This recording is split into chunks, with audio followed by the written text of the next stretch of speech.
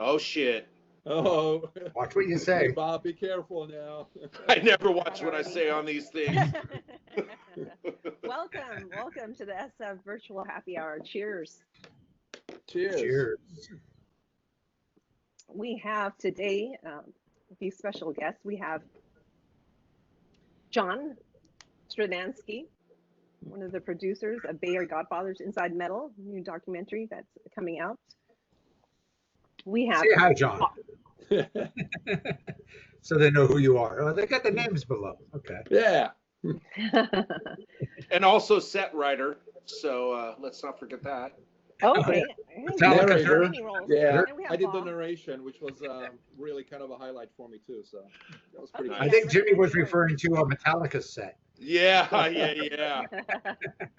And just had a happy hour with Wolf from Accept. So, let's get that out of the way. Rad. Out of the way. We have Bob Nalbandian, another Yep, perfect. producer, director. I guess you guys wear many hats, but also from the Bay Area Godfathers film. So welcome. The Welcome. master director, man, he did such an awesome job. Cheers, Yeah, it looks Bob. like there's yeah. Well, Cheers. thank you. Looks like there's a ton of people behind the curtain doing a lot of stuff to make this happen. Also, Yeah, we had Jimmy. a great team. Okay, we have Jimmy Arceneaux. And Yes. he's a guest. I'm just saying it right with that draw. So he's a special guest, also appears in the film. Yeah. So welcome, Jimmy. Always a pleasure. Promoter extraordinaire. Yeah. Yes, absolutely. Absolutely. So, I don't know who wants to start, but wanted to talk about your upcoming release, the Inside Metal Bay Area Godfathers. It's a, I guess, documentary style film covering the Bay Area, San Francisco Bay Area scene from the, I think it'd be early 80s. Oh, maybe it stretches from the early 80s to all of the 80s, I would say. Yeah, it goes But you probably to about the early 90s. We kind of cut off around that point.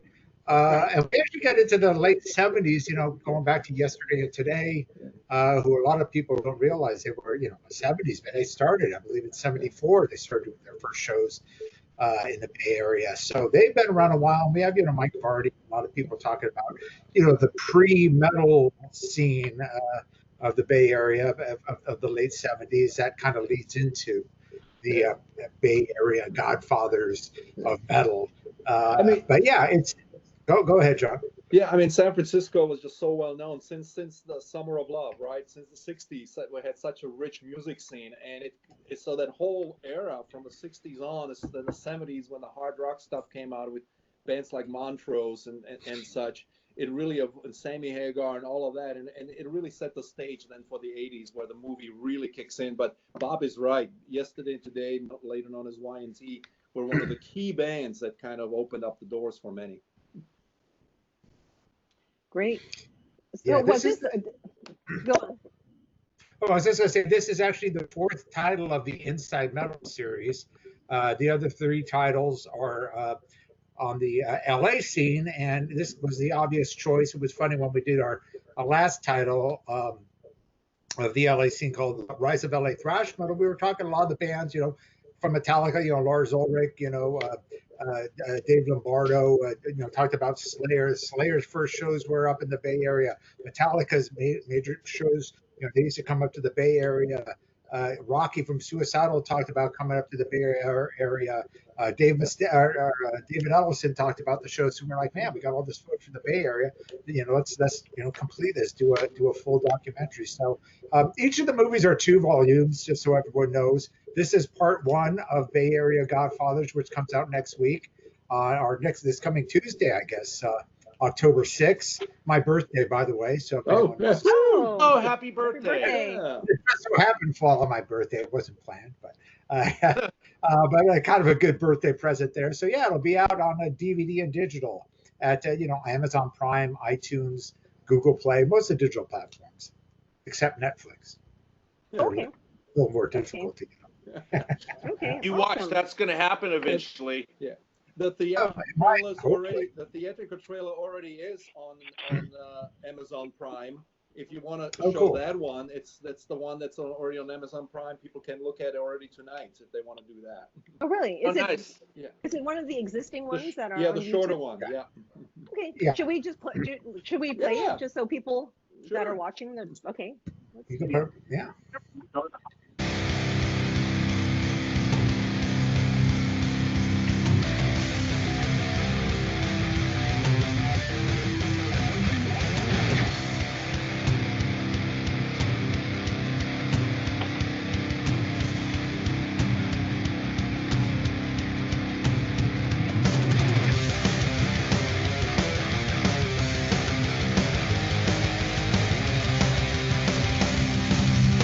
There were so many styles of music that were just flowing through all of these types of clubs. Metallica comes on, very much spearheading what was to become this new Bay Area thrash thing. You can't separate Metallica from the scene. And Bailoff had a fork in his chest with like a fork, and he was just like poking him in the chest.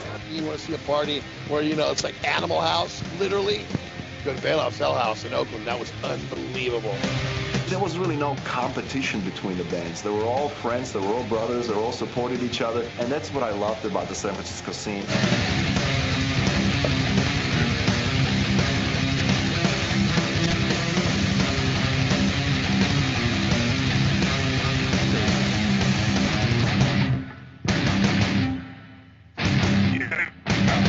Awesome.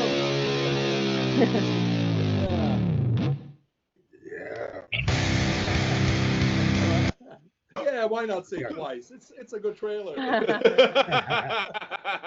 was pretty awesome. Am I on? Yeah, can you see me? Oh yeah, don't we see can me. see you. Yeah. Oh, I don't see my picture. There I am. Okay. Just popped up. Yeah, that's we call it the theatrical trailer. So it's a little bit shorter, under 3 minutes. It gives a good little preview of to what the movie is. But so much more. It's literally a 3-hour movie cut into 2 parts. So part 1 is 90 minutes. We got the DVD with a lot of great bonus features. Then part 2 should be coming out probably the beginning of the new year. That'll kind of lead off where part 1, ended. Okay. You know, Great. it was So- amazing. It was amazing how much material we were able to get. It's everybody that we reached out to was willing to participate, was excited to participate, and then Bob and his editors had the challenge of cutting it down to such a great shorter movie that eventually came out of it. But I mean, we had, I don't know how many total hours of interviews we had. It was pretty amazing, a lot of fun to do. Yeah, a lot of hours, and doing the previous titles, I'm kind of used to, getting all the footage and then kind of narrowing it down. But having the guys in Reality Check TV, Danny Shipman, he was great, and Reality Check had all this access to all this great footage that they had shot over the years. So, Yes. as you know, John did the narration to the movie, but we also kind of, when John came over from, he visited 3 or 4 times from Dallas while we were doing it, and we said, it'd be a good idea as we go to the places where the clubs used to exist.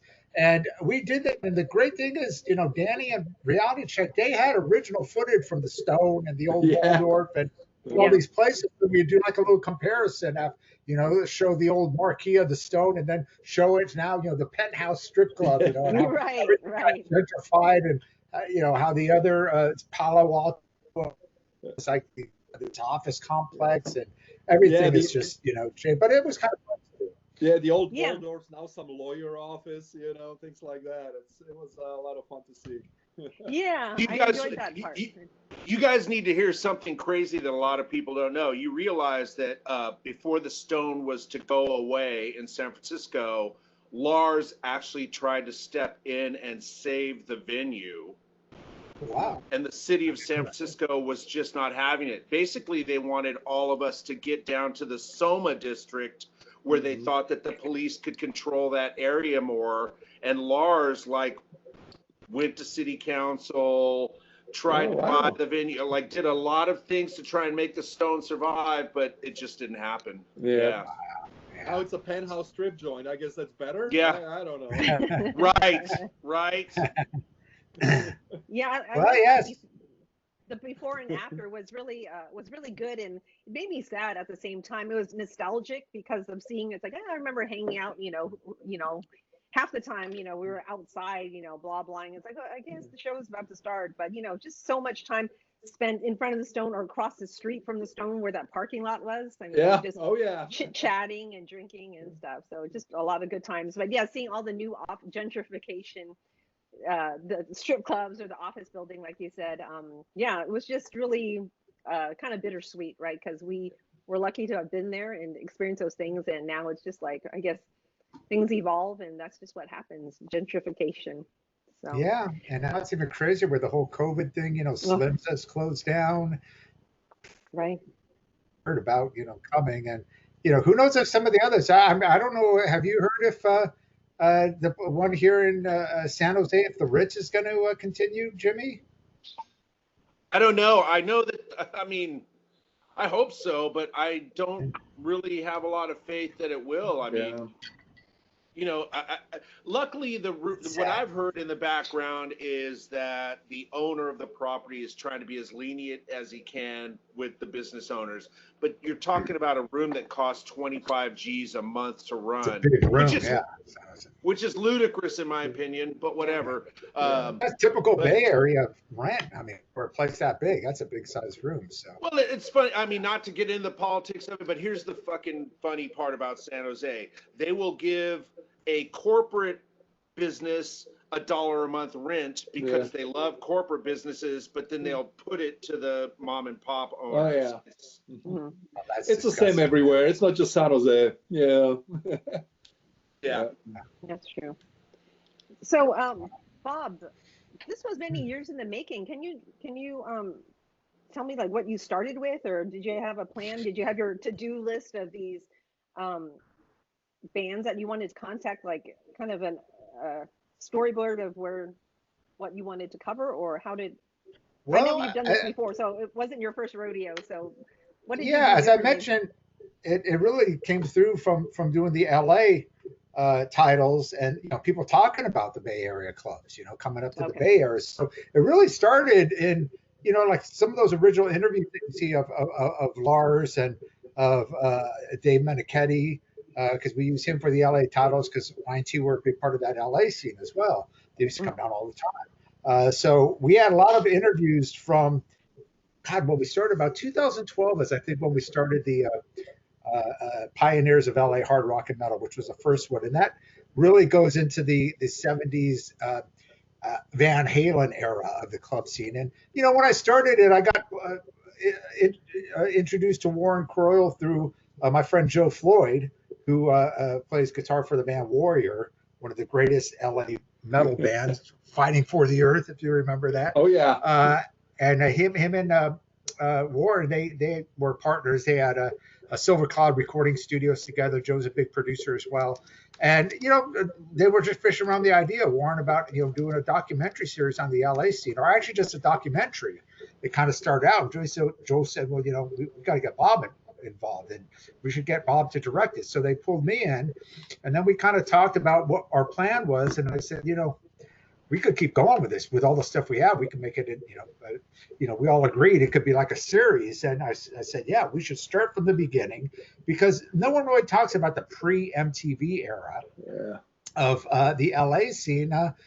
So, I wanted to get into all those bands, not just Van Halen, but some of the, smaller bands. And, we talked about, Jimmy and I were talking about bands like Racer X earlier, where a lot of people may not know, but they used to sell out the clubs everywhere. And so did these early bands like, Snow and A La Carte and Stormer, Greg Leon Invasion, all these different bands that, A Quiet Riot, of course, with Randy Rhoads, they would play 2-3 nights at the Starwood, and the Whiskey and play alongside. Bands that were, coming over, AC/DC, Judas Priest, that kind of thing. So, we wouldn't really want to get into that. And that kind of evolved into, the second title was the LA Metal Scene Explodes, when the big LA Metal Scene explosion. Third title, I really want to give props to the thrash bands of LA, because I think a lot of them got overshadowed by the whole hair metal scene. So the third title was Rise of LA Thrash Metal. And then, I said that the fourth title was obvious to do it on the Bay Area. We already had some great footage from back in 2012. And so then I was living in, Sacramento at the time, and my camera guy, Alex, lived here in San Jose, and that's where I'm actually living now. And he and I were talking about filming some interviews. So I hooked up with John Strednansky, and John flew down. He hooked up with a lot of these artists, and I knew a lot of the bands, and through people like Ron Quintana and others and stuff. We just started calling a bunch of people and doing interviews, and then I was able to pull in. We had the LA editor kind of working on this, but he was in a band and they were going to England and doing this and that. And kind of in the back of my mind, I was hoping we could get Danny and Hugh from Reality Check involved, because they worked with me on the Band vs. Brand movie. But we kind of had obligations with our LA editor, Curtis, who's great as well. But he had to do some touring with his band. So he just said, yeah, I just can't do it. I don't have time. So I called up Danny, of course. And, and the one thing I was really worried about is getting footage, because fortunately, I've got a lot of friends that are photographers, that have been photographers for years, like Bill Hale and others that I've known that, supplied us with photos and all flyers and all different stuff. But we needed video footage. And of course, Danny and Hugh and Ace doing Reality Check, they had all this killer footage from, and a lot of it was, I think, from 89, 1990, but still they had all the old school from the Stone and all that stuff that we were able to utilize. And Danny just did such a great job. I just kind of gave him the reins, because, usually I'm kind of like showing, okay, let's use this and there. I go, Danny, you've got the material, you've got the movie, you know all the bands, you know everything, just kind of put it together, show it to me, and then we'll kind of make the changes from there. And he put it together. It's like, holy shit, dude, this is perfect. This is exactly what I couldn't have done. I didn't even realize you had this much great footage. So, and people like, Ron Quintana had artists from every show from the late 70s on, and Ron was great. He said, use any flyers you want from, my collection. And so, it was great. So again, it was a great team, and having John involved, and, John did the narration. We did at my partner's studio that I do the podcast with, Matt Harnett, who was very helpful in doing everything. And of course, Alex Gray, who I mentioned was the main, photographer. And we had a whole Bay Area team, which is great. We kind of had the team set up right here, so we didn't have to ship things back down to LA and so forth. So it worked out really, really, really good. And we got to give credit to a lot of photos from Bill Hale as well.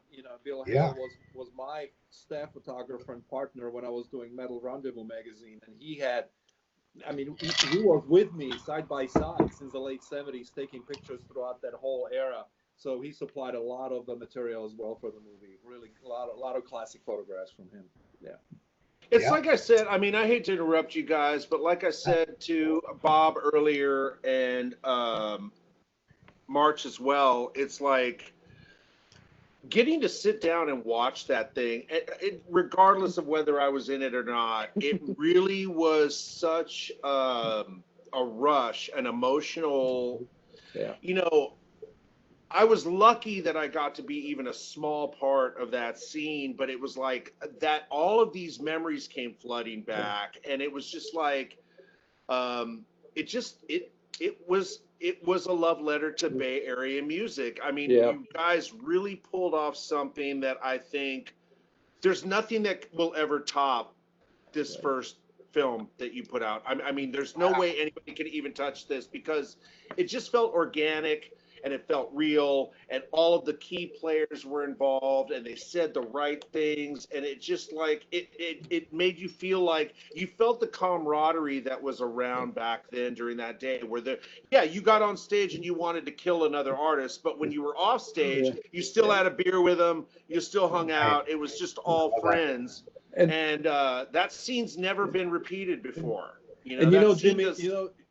Jimmy, you're absolutely right. It was one of those things that really brought back the memories. It's, for example, I ran into the guys from Damage or the guys from Vicious Rumors when we did these interviews. This is the first time I've seen those guys since probably like '88, and it was like there was no time in between. We were still the same friends that we were back then. It's like no time has passed at all. We just took off right where we left off. It was awesome. It's funny because, you know, I was more in the, you know, eventually I was in bands, but of course I was more one of the guys behind the business.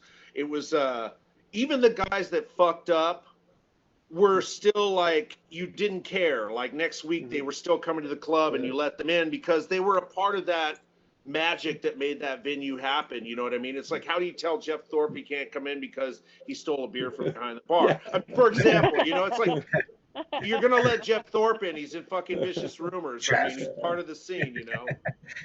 Now we all know about Jeff Thorpe and his Well, I'm not saying Jeff Thorpe stole a beer. I'm just using an example. I just kidding. I like the, like last night when I was watching, I kept starting it and I kept watching the first like 20 minutes, like about 10 times before I got to just, you know, enjoy it and was watching all of it. What really struck me is how the artists opened up. So obviously there's a relationship with like you guys, like with Bob and John. So it was just, they were very open, like especially what struck me, like Michael Coffey, how he just, oh my God, that was amazing. And Mark McGee, you know, usually sometimes he's very quiet, but wow. I love that part where he said, if you think it started with Metallica, no. You know, it was totally, he was saying what everyone thought, you know, so he just encapsulated that so perfectly. And I just loved, because Bob, I think they trusted you guys and they know you guys and, you know, they felt comfortable. So the interviews weren't your generic blah, blah, blah, blah, you know, they're just very candid and just from the heart. So I think that's what struck me. That's what really made an impact. And that's what I love to hear is that, because you know, we're our whole thing, you know, we don't have a huge budget, but we try to make it as real and as, you know, we like the rawness of it and just kind of make it as true as possible. And the thing about it is, from the beginning, that was one thing I wanted. All the people involved in the Inside Metal title were a part of that scene. We were all the real deal, so everyone felt comfortable. I mean, you know, like I said, Joe Floyd, he was a part of the early 80s metal scene with Warrior, you know. I mean, he came up with Rat from San Diego back in, you know, the early 80s and was, you know, signed early on. And so was a part of that whole, you know, Armored Saint, Malice, Warrior, Rough Cut, you know, Motley, all those bands. Yeah. So, you know, and musician. So people really, we would invite people to a studio and we would have like old, you know, videos on, you know, the YouTube, you know, playing a, you know, Humble Pie or whatever. So the people we didn't know, they would come in going, oh, wow, dude, this is cool. And then they would bullshit about the studio for an hour and him and Joe bullshit. So there was just this comfort. They felt great. And then they would talk to me and I go, oh yeah, dude, I saw you back in 1982 at the Troubadour. Do you remember that show? And they're like, wow, you were there. So you kind of, you know, I don't look at it as interviews. We just kind of bullshit and talk about, you know, like that's with what Dave makes it very Meniketti. real. Wow. And having John know all these guys, because I was a little leery about some of the people, because a lot of these Bay Area people I didn't know, but having John and of course Danny. I mean, I just mentioned to Danny, I go, man, it'd be great to get like the guys in Stone Vengeance and different bands like that. And I was like, oh, I know my coffee. Yeah. I'll call him up and say, you know, it was like, oh, dude, yeah, we got to include Stone Vengeance. So, you know, and Steve Giraldi from Righteous Sire and bands. That I just remember hearing the names about it. I said, well, you know, what? And you know, so Danny had a lot of his contacts, Leather Leone, you know, and he shot that with his own, you know, because, you know, my camera guy, Alex, he's actually a professional news photographer, cameraman. So he's real busy during certain times. He couldn't work a lot. So Danny filmed a lot on his own. I said, Danny, you know what to do here. And I kind of gave him a layout of how we interview. And I said, you know, we talk about back in the day, talk about the clubs, talk about this, talk about that. And he got it. He knew it. He done interviews with me. So he was perfect. He just, you know, broke out his camcorder and, you know, some of the, you know, audio, we were a little weary about some of the stuff because some of it kind of got flagged by the QC. But, you know, you can allow so much. And, you know, like I was talking to Jimmy, I love kind of that rawness. So all the cameras, it's not all like the same talking heads, you know, really nice backdrop. You kind of got a mix and a different flavor of each. And, you know, we got like Ross and that intro fresh off the stage. Yeah. So it's kind of cool. So it's cool. It's very authentic instead of everyone, like you said, with the same background, same everything. I kind of liked that kind of the differences. It made it more real instead of just like, okay, now you sit in the chair. You know, now it's virtual, Well, John will tell you some of the shots John and I did with an iPhone. We were supposed to have a camera guy at the NAMM show with us. We're at NAMM, and we're here with all these people. So some of the shots are Craig Locicero, Bill Burkhardt, God rest his soul. We did the very last interview with Bill Burkhardt from the Record Exchange, the owner, Bob Gamber from Record Vault. Those were all shot with an iPhone. Yeah. It looks amazing. You know, yeah. So it had like a little mic, right, that we hooked up and to the iPhone, and so you know, it's good to kind of get that variety. And the thing about getting like Bill Burkhardt and you know, Bob Gamber, I mean, they were integral people. The record store owners, the record stores were huge, and I knew all this growing up because I knew, even though I was from LA, I knew about, you know, they were selling my fanzine, the Headbanger, these stores, so I knew how integral they were to the team. People like Mike Varney, you know, I remember when the first U.S. metal record came out and how huge that was, man. I mean, that was before Metal Blade, before Metal Massacres. So, you know, we wanted to include not just musicians, we wanted to include people like Jimmy, you know. I mean, he was super integral to the scene. Look at him with the Omni and the clubs, you know. And we were talking about getting a couple other promoters, and for whatever reason, we couldn't reach out to him or whatever. And, you know, and thanks to Alex was friends with you, Jimmy. Yeah. And in fact, first time I met you was at, so I know I'm carrying on here. You can interrupt me whenever you want there, Mark. Oh, no. I remember you did the Soma festival in San Jose. And this is when I kind of just first moved out to this area. I'm going, Alex brought me down there and he introduced me to you. He goes, this is guy, the promoting guy. I'm going, this is fucking cool. This has that rock and roll vibe where you just walk into club to another club, kind of like, you know, like the Foundations Forum. I mean, it wasn't packed like there, but it was like, you go see this band, and then you walk, and you know, and they had like at the Ritz, and I mean, I don't even remember the other club. Was it the Caravan? Maybe a couple of other clubs, but all kind of walking distance. I'm like, wow, this is a great fucking vibe. This is awesome. This is what I'm talking about. So, there was 18 different stages and 132 bands, and I booked them all by myself the first time that I did it. Dude, that was awesome. You know, it's funny getting back to what you said earlier about everybody helping out. You know, I mean, we all stood on each other's shoulders back in the day. You know what I mean? It's like whether I was a guy behind a desk or the Cats and Broken Man were trying to open up for Anthrax, it was like we tried to help each other. It was a way different vibe now then than it is now, where everybody is out for themselves. You know what I mean? But this is what I liked about what Bob managed to accomplish with this particular movie is that we did have a range of different kind of people that were all instrumental in the scene in the movie, right? You know, promoters like Jimmy, record store owners like Bill Burkhardt, you know, magazine photographers, you know, like Bill Hale, plus of course all the band members. But it was just a plethora of people that were all instrumental in building that scene, and we were able to manage them all get into the movie. So I'm really proud of how Bob put all that together. Yeah, that I think that's what made it more real, because sometimes there's a ton of documentaries or shows with artists, but what's kind of interesting is the behind the scenes, the record store owners who are gonna, you know, put their money where their mouth is. It's like, this band's great, like look at the inventory. I mean, that kind of speaks volumes if they're going to invest in these bands, and they did. So that was really interesting to me. Also, you mentioned a few names, and we've been talking about these ladies for the past in a couple of happy hours, Jimmy. We're talking about Tony Isabella, and Rachel and Kat Zadorsky. Rachel Matthews. Rachel Matthews, So did you guys get to reach out to them? Because I was wondering what they've been up to. Well, I think, was it you, John, that knew? I tried to reach out. For some reason, we never connected with Tony. I did try to reach out to her, you know. And there's, of course, a couple people that have passed away that were instrumental. You know, there was Sheila Renee. You know, I mean, you probably know that name, right? Wow. I mean, she would have been awesome to have in this, but you know, she's long gone. Dawn Mastery was part of KSJO for ages. She passed in the late 70s and early 80s before she moved down to LA. But we couldn't do anything there either. So it was there's so many people that we wanted to be in the movie. It would have been almost impossible to get everybody in there. So that's always the problem. We did try with some, and we weren't successful in getting hold of them.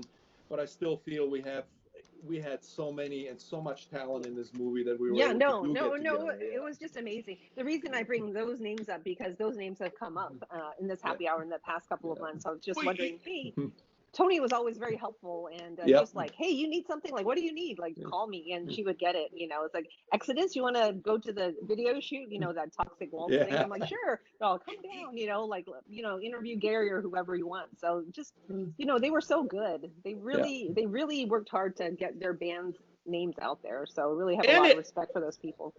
And it's ironic that a lot of people don't realize how many females were involved in the birth of this whole music scene, like Debbie Abano. I mean, it's like, you know, she's mentioned in the film, but like, I remember just like sitting with her when I first started working at the Omni and just absorbing everything that she was telling me, because I knew how important it was to hear what she was saying about what I should do with my career as far as a talent buyer. And it's like, it was weird because a lot of the women in the industry also had a very wary situation with most of us booking guys. So you had to kind of win over their respect before they would just kind of like unload and give you the knowledge that they had. And I learned more, like even Tambray Bryant, I learned a lot from Tambray. She was at the Omni before I was, you know, I ended up taking over her job, but I learned a shitload of stuff from her. Yeah, well, I was glad we were at least able to get a couple of females. Leather Leone, who had been around, I guess, since Malibu Barbie days and in the Bay Area. By the way, I just want to say right now, I still have a big crush on Leather, and when I saw her on the film, I was like, you know, like maybe we could exchange phone numbers or something. I don't know. Well, I'll give you her email, Jimmy. Good, do that. Do that. And we also got Jerry from Anvil Chorus, which was real cool. She was in LA, so when I was in LA and interviewed Tiemann and Alan Tiemann, both really good friends of mine, and they were both in, you know, in a pretty popular LA, I mean, the Bay Area bands back in the day. Howard was in Head On, and his brother Alan was in Roadrunners. So he goes, let me call Jerry. So we got people there. Then we got, you know, in touch with Adam Segan. I mean, the cool thing was, and these were interviews I did in LA. We did a screening for, I think, the Rise of LA Thrash Metal North Hollywood at 500 people packed. All the musicians came out for this, and we had Stephen Craig, the original Slayer manager, there. Adam Segan, the original manager for Exodus, there, and Mike Coons from Lost Rocket. Oh, yeah. My God. That was great. That's why we could put all three of them together, because they hadn't seen each other in 30 years. Stephen Craig had disappeared from the scene. And they're like, holy shit, getting together, talking. And I'm like, fuck, I got to get you guys on video. I got to capture this. The three of you together. This, because they were telling all these stories. I said, dude, save it for the camera. Save it for the camera. So we didn't have it. And it's tough because we didn't have a microphone there. We had to use an open camera mic. So the quality wasn't that good. I wish we could have got more. But at least we got the three of them together. Kind of magical. So there were some great segments like that would just kind of spur the moment. That was, like, hey, that was cool. Let's do this. Yeah. So Bob, I think we talked off camera about John's background, and let's get back to John. But Bob, can you tell me about your background and like when you got started in metal and stuff? I mean, just like you're growing up and like what kind of, I mean, obviously the music inspired you, but just to get to know you a little bit. Tell me about you. Yeah, I grew up in Huntington Beach, California, Orange County, which is about an hour south of LA. And I started with a fanzine called the Headbanger.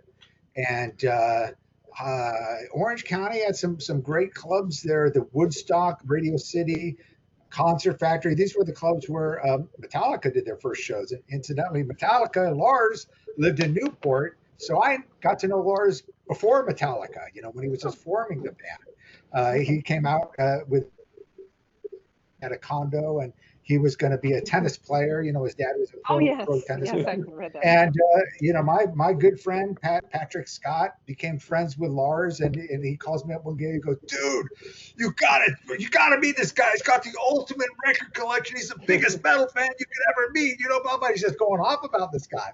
And I'm like, oh, you're kidding. And he found out Lars threw an ad that Lars put in Recycler about a guitar player, the infamous Metallica ad. and it says something like I'm into Motorhead, Tigers, and Panther, and we're going. Nobody knows about these bands, so Pat calls him up and invites me over to Lars, and we're going through his record collection. Like, dude, man, you are so cool. This is awesome, So he would make us compilation tapes of all these new wave of British heavy metal bands. So, I was fortunate. I was in the right place at the right time, being in Southern California then, and being the very first shows of all the LA metal bands you could think of. I didn't see Van Halen though. I was a little too young for that. But so it was great. I mean, it was great growing up there and hanging out there and doing the fanzine. I got to know and interview all these bands, so I already kind of had a rapport with these guys. And that's how I got to know John, because the fanzine and the tape trading this metal community amongst trading. I got to tape trading. There you go. I got to know Ron Quintana early on and John Stradansky. So I really got to know about the Bay Area, early Bay Area scene. And had the first demos from Exodus and all those bands, and even all the shrapnel bands, and Griffin, and Broke His Helm, and the progressive. So I had all that stuff. We were just big collectors of that. So I was pretty all around that. And then I started working with John with his magazine, Metal Rendezvous. I worked at Roadrunner Records, ran their LA office for a couple years in the early 90s. Worked with Herb Cohen at Bizarre Straight Records, which was a blast. Working with Herb Cohen, he started the label with Frank Zappa back in the 60s, and he was total. And that was fun. And so I did that. I did kind of all around stuff, working at I managed a couple bands back in the 80s, a band called Eden. We had an album out on Enigma. And so I kind of got my feet wet in all kind of aspects of the music business in the 80s and early 90s. And then, started getting into doing podcasts in the early 2000s, and, always kind of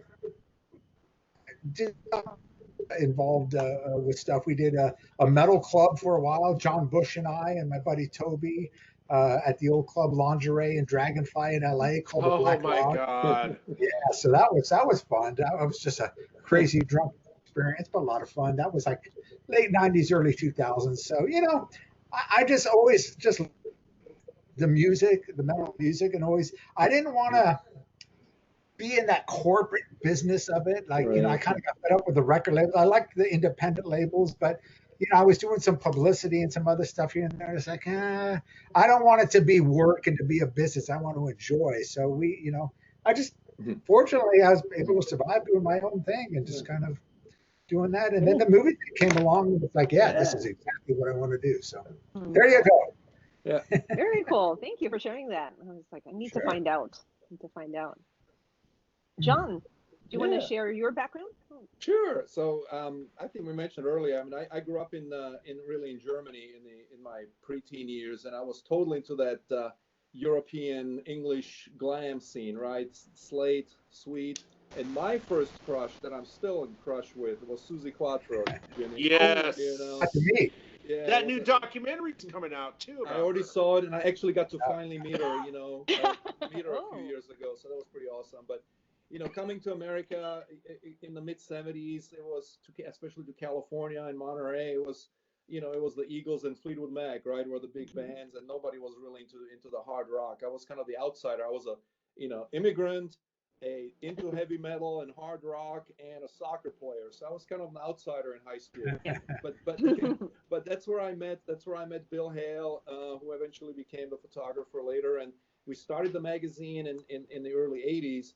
I think what really pushed us in that direction was when we went to that very first Metal Monday at the old Waldorf with Motley Crue. And we said, man, we got to expand on this. Wow. And we started the magazine with another friend of ours who also passed away, Tim Korochikov. He does deserve a mention here.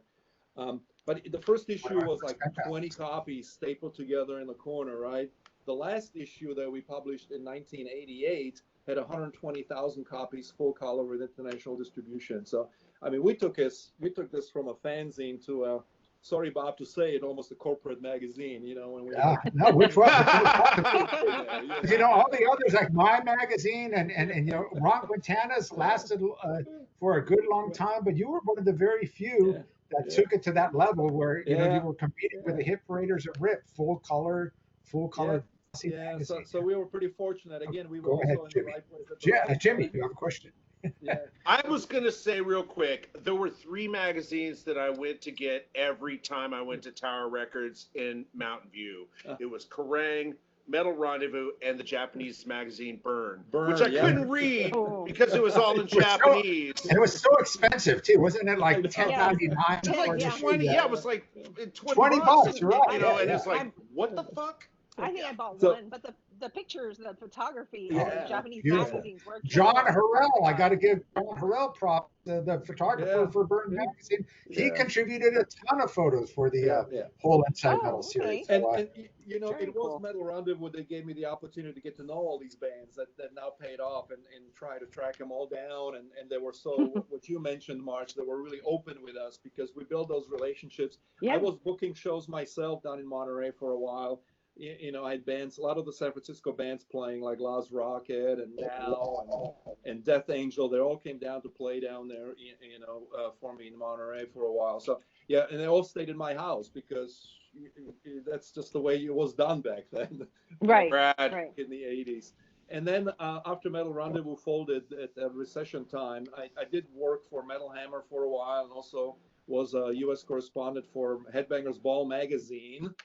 That was published in Europe, you know. So I was there. I was U.S. Contributor at the time, and then I kind of went and got a day job, and where I'm still at, but never stopped being a fan. And when I had the opportunity, when Bob and I started to talk about this new movie about the Bay Area, I jumped on it. You know, I was.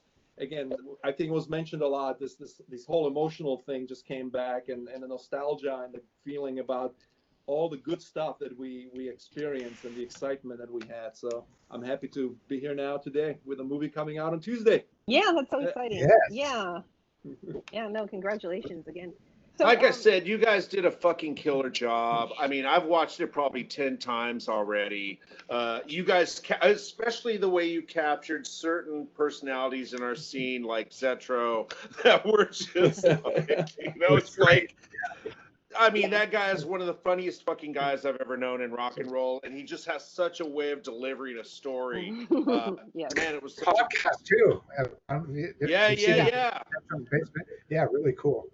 Yeah. By the way, hi Patrick, we see you there. I know, I'm trying. Camera going. Hi Patrick. Oh, I didn't know we had a fourth person here, or a fifth he person. Just showed up. Hey Patrick. Cool. Hey John. I think we were. I had an interview with Jeff Salgado from Psychosomatic, and he was from that area, the Monterey, Salinas area, and he was talking about some shows. Do you know him? Joe Salgado only by name, never. Okay. Yeah, sorry. Yeah, but no, I was just wondering. Yeah, Monterey wasn't really known for being a heavy metal hotbed. You know? Right, exactly. That's what you told me the stories a couple weeks ago. I'm like, I never forget when Y&T came down to play in Monterey, and those idiots at the club, wherever they were, I don't even remember the name of it, forgot to completely advertise it, and they had 3 people show up. You know, and I was one of the 3. So, but I got to tell you though, Y&T put on a professional full show, even though there were only 3 people in the audience. I was just impressed, and it was cool. But that's why it was so exciting when I was booking those shows in '84 and '85. You know, other than the bands that came, Hyrex came up from LA, Slayer played for me down there in Monterey. So it created a little bit of interesting excitement, you know, in that little town. But cool. Yeah, the whole Y&T thing is, I love all the Dave Meniketti, because that was a big, I mean, they were huge. Yeah. Back in the day. I have Y&T stories. I have some Y&T stories. Oh, because we ended up doing the Soldier demo with Leonard Hayes from Y&T. Mm-hmm. And that was during the time that the band fired him. Right. And we were in the studio recording our demo with Leonard Hayes the night he got fired from Y&T, but it was like, so we had this connection, but it was months after that, you know. Great fucking band though. Yeah, great drummer too. Very dude, way underrated drummer. Yeah, he is great. Powerful. But I mean, man. But you know, the one thing about go ahead, March. Oh no, no, we're just talking about Y&T, and like they were talking about Y&T, these bands, they didn't, I mean, it was interesting how high schools, now I'm thinking about schools these days, right? Because I have a daughter that just started middle school, but it's like these metal bands that don't even go to the school that are playing in these high schools. It just blows my mind because I remember when that would happen. It's like, oh, Y&T's playing at Castro Valley High School, or, Yeah. that was I think Eric Peterson from Testament talked about that in the documentary. Yes, Like he one of the did. first shows he saw in high school. They also played in Pebble Beach at RLS, Robert Louis Stevenson School. Y&T played there. I never forget. I had a radio show there for a couple of years. So it was the radio station that was influential in bringing them in. But yeah, they played a lot of high schools back then. They did. That was. But how genius is that, though? Yeah. I mean, come on, like to come up with that business model was. Well, that was kind of common in the late, because when I went to high school in the when I graduated in '82, and they had bands, but back then it was kind of the new wave punk thing in Huntington Beach. But they did have a lot of bands playing, and I knew a lot of schools. I mean, I talked to Armored Saint. Their first shows were playing in high schools in Pasadena, and the high schools and the parties, the house parties and the backyard parties. Those were huge, man, huge deals. And that's where you made your following. I mean, these bands would work their way up before they got in the club. I mean, nowadays you just get some rich kids buy pre-sale tickets to play the whiskey, just to play. But back then you had to build your following from, playing parties and all that. And, that's what we, like to talk about in the documentary. And going back to Y&T, it was really important to include them and other bands that were not thrash. We really wanted a well-rounded, because as Jimmy points out in the documentary, I mean, you were talking even bands I was kind of familiar with by name, like Mad Anthony and bands like that. You were saying these bands used to sell out the Omni, and they didn't have a record out or anything. And that was the case with all these bands. There was a huge scene where there'd be the glam bands, Vane, of course. We got Davey Vane in this documentary. Jet Boy. We got Billy Rowe and other bands that were just traditional, like Lost Rocket. I remember were huge out there, but they never really got the love. Damage, yeah. I mean, it's but the funny, the thing that Damage were awesome. I did produce their album that came out on Roadrunner of all. Yeah, back in, and they were from the South Bay, so they were not part of that whole San Francisco itself scene, but down in Palo Alto, they packed that Keystone all the time, and they opened for all the big acts. They were like the default opening band for Crocus and Nazareth. Whoever you want to throw out there, the Damage, and they were very classic metal, kind of in the UFO, a little bit of Judas Priest type style, Yeah, great band. Didn't the guitar player actually audition for UFO, right? Did. He was when Tommy. What? Oh yeah, Tommy M. Yeah, the Gilbert, Mick Gilbert, Rich Gilbert. Yeah, he was. Tommy actually eventually got the gig, but Varney was a big fan of Rich Gilbert. Yeah, absolutely. Nice. It's funny you bringing up those bands. It's like, I mean, we were selling local shows, selling out bands like Cry Wolf and, like you said, Mad Anthony and Flame and the old band, the first band I saw in the Bay Area when I moved here from Texas, Tramp, who used to light a gong on fire. It was just like, it was funny though. You would go to those shows, and even when I was working at the Omni, a lot of my friends, like the guys in Death Angel and Possessed, they would like, glam metal is bullshit, but they were at those shows in the same audience, hanging out, having beers, like digging the scene. But going back to Bob's statement, when in the movie, we do cover a lot of different styles. I mean, even like Anvil Chorus, they were far from thrash metal. They were kind of prog. As far away from thrash metal as you could, with a more kind of progressive type style. So, yeah, we made sure that a lot of different styles were covered in the movie, because San Francisco, that's what San Francisco was all about. It wasn't just about the thrash scene.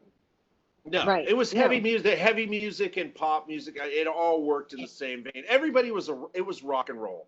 Yeah, and that's what we want to get across. That was important, because the thrash story's been told. I mean, obviously we include a lot of the thrash bands, as you mentioned, Steve and Tom from Exodus, Eric Peterson, guys from Death Angel, they were integral parts as well. But we didn't want to make it just about thrash. You know? Right. So I'm glad that we were able to get in touch with a lot of these bands, and through John and, as I mentioned, Danny.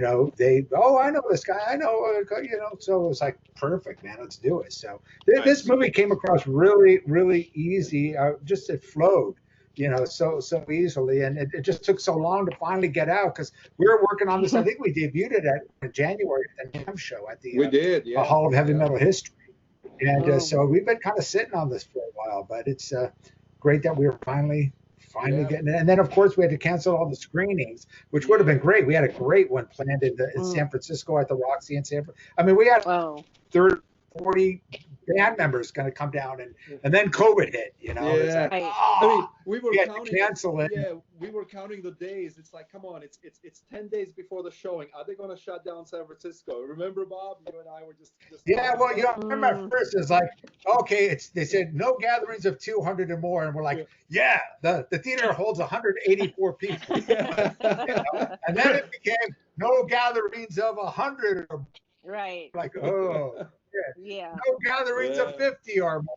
And then it was like, then I was just waiting for the call from the guy from the Roxy, and he felt so bad. He's like, because they were selling a ton of pre-sale tickets, and he's like, dude, I'm so sorry, we're forced to cancel.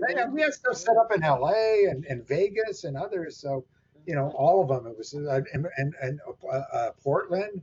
So yeah, it's unfortunate. It would have been great to get everyone together and kind of have that celebration of all that. But hey, we could all do it on October 6th, this coming Tuesday. We could just all get together online like this and watch it on Amazon Prime. There you go. We have a watch party or a premiere. So I'll bring the chips. Yeah. By the way, you recorded my set so long ago that I had shitty hair at the time and finally decided to just get rid of it all.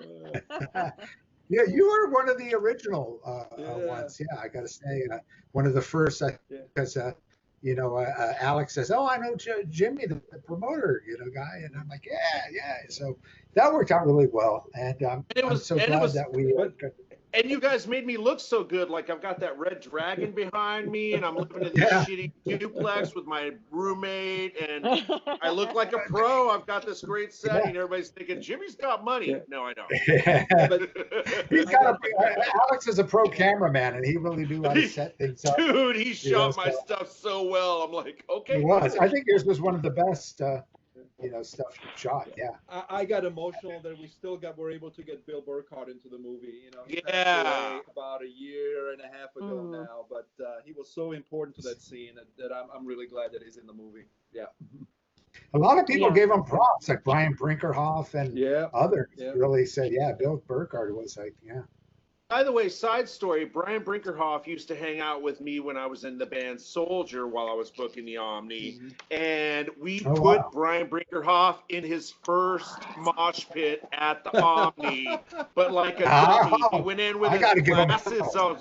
He went in with his glasses on, and they got fucked up.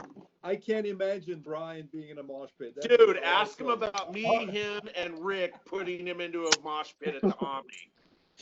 Dude, we went to fairly recently at where did they play? Not the World.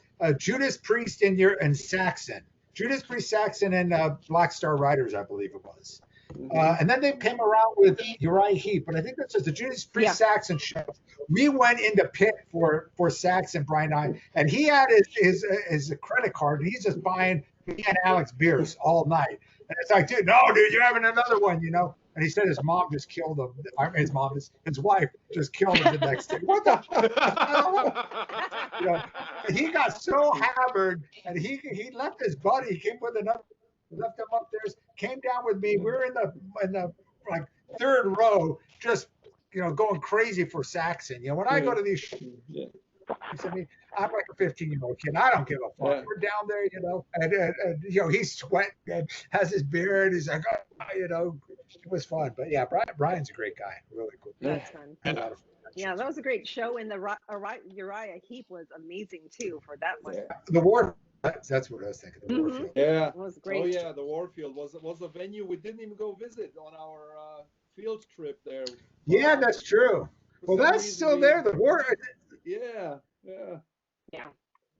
the Warfield's not closing down, is it? As far as I know, or as No, far as you no, know, Jimmy. not as far. There's too many. There's golden voices behind that. I don't think that they're going to let that place Yeah. close Yeah. down now. That's good. That's good. Yeah. But the whole thing about the Ruffians, I remember like the BAM magazine. I mean, that was like all those bands. It was like I was just transported back, in the mid 80s, like BAM magazine, and Oh, yeah. when he was saying BAM magazine was such an integral part, like going to the record store, record factory, whatever warehouse, Oh, yeah. picking it up, the pink section, and seeing who's coming. Yeah. And stuff. The Just pink really brought me section. back. I haven't heard that Pink term in section. ages. The Pink section. Oh yeah. And and it's like, dude, advertising in the pink section was absurd during that time frame, and we had to advertise our shows Oh, there you did? because all the big venues were in there. Yeah. It's like Kabuki, and Slims and all them. So the Omni was like, we're spending like, I mean, it was like, I think literally it was like $400 to $500 a week for a small for that ad. But you got your which- Sunday paper. You got your Sunday Right. paper, and the first thing you went to was a pink section and see Yep. what bands were coming up. Yeah. the See, that was the list same and, way. and that. Yeah.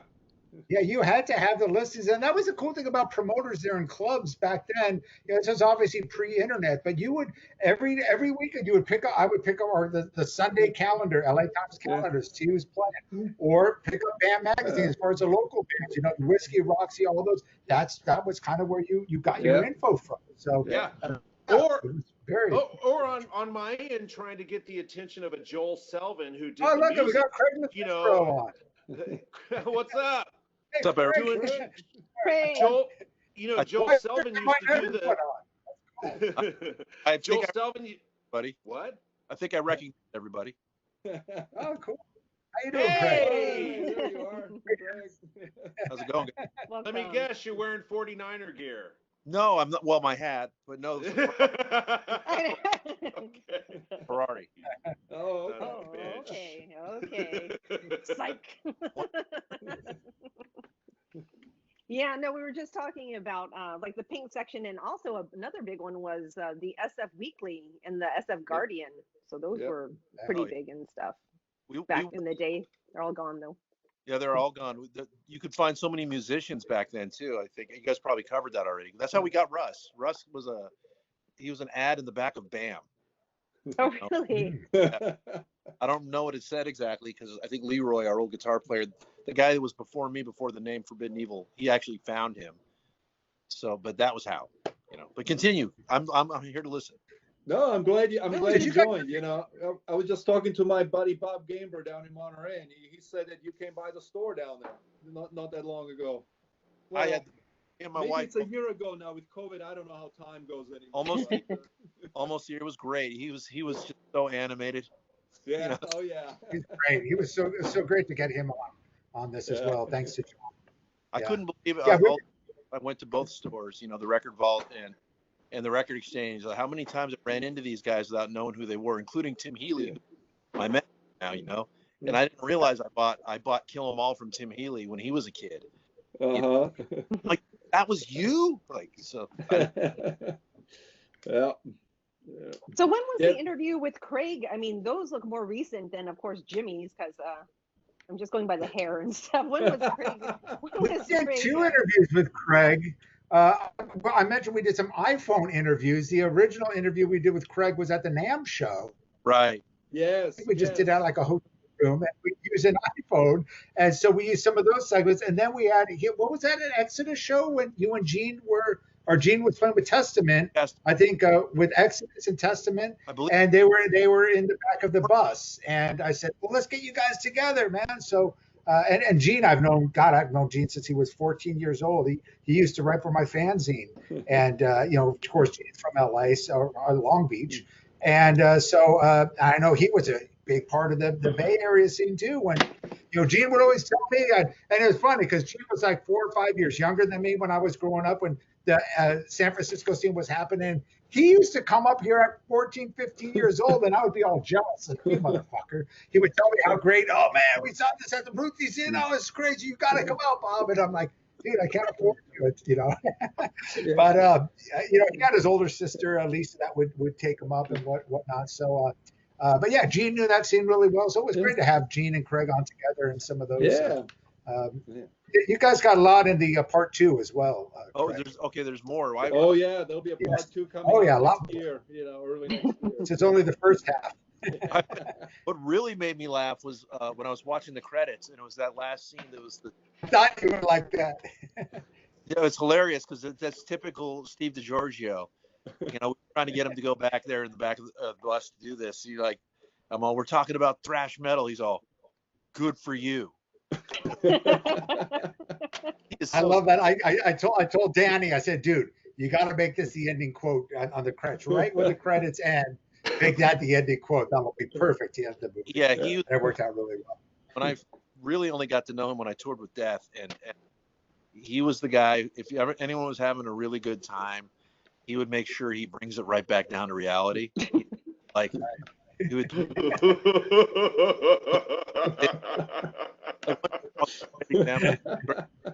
One time I'm in the bus, and the window or only the sunroof is open, and we're driving along, and a ladybug goes and lands on my hand.